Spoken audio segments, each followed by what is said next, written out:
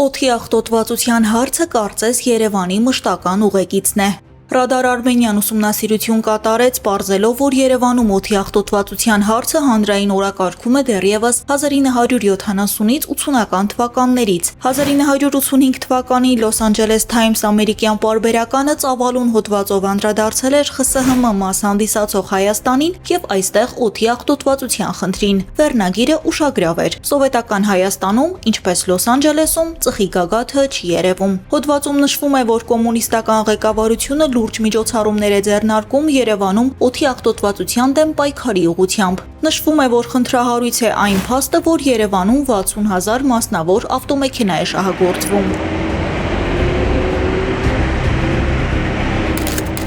1985 թվականին նույնիսկ քննարկվում էր սահմանափակել մասնավոր ավտոմեքենաների վարումը Երևանում։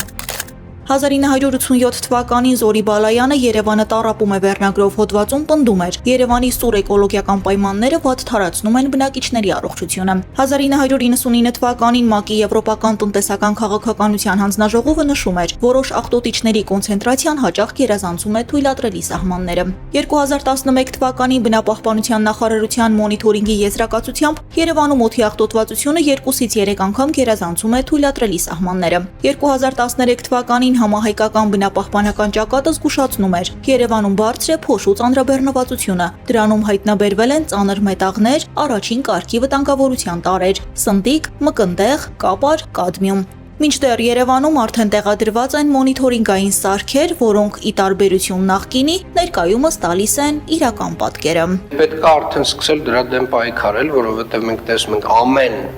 նոյեմբեր ամսից սկսում է մեր օդի որակի վատ թարացումը, այսինքն ամառվա ամիսներին մեր այդ PM2.5-ը վատագույն դեպքում, չգիտեմ, 50-60 է ցուցանիշը, որը կամ գերազանց է, կամ տենց լավ, այդ կամ կանաչ շրջանակում է, կամ դեղին։ Հիմա մենք տենց մոտավորապես կամ անառողջ շրջանակում ենք, անառողջ զգայուն խմբերի համար, կամ անառողջ, կամ շատ անառողջ։ Այս տարիների ընթացքում Երևանի օդի որակի հետ կապված քննարկումների էությունը առանձնապես չի փոխվել։ Նույնն են քննադատությունը, մատնանշվող պատճառներն ու առաջարկվող լուծումները։ Մինչդեռ առաջնային գործոնը, ըստ մասնագետների, բնակլիմայական պայմաններն են։ Երևանը գտնվում է Արարատյան գոգավորությունում եւ մայրաքաղաքի հարակից տարածաշրջաններում, Արարատի, Արմավիրի, Արագածոտնի մարզերում եւ հարակից շրջաններում իրավիճակը նույնն է։ Ամենակարևոր եւ ամենաբարդ հատվածը իհարկե մեր աշխարհագրական դիրքն է եւ հարարատյան գոգավորության հատվածում կուտակվող եւ չշարժվող օդը։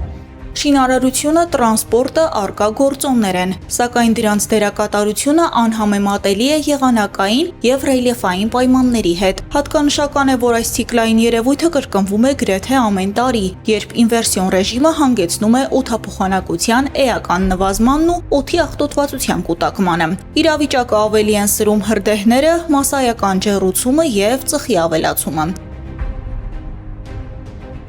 Հատկանշական է, որ ներկայումս նույն խնդրին են բախվել նաև Վրաստանի 6 քաղաքներ, այդ թվում Թբիլիսին։ Ըստ վրացական մասնագետների պատճառը օդում պինդ մասնիկների կոնցենտրացիայի բարձրացումն է, հարավ-արևմուտքից եւ հարավ-արևելքից փոշու տարածմամբ։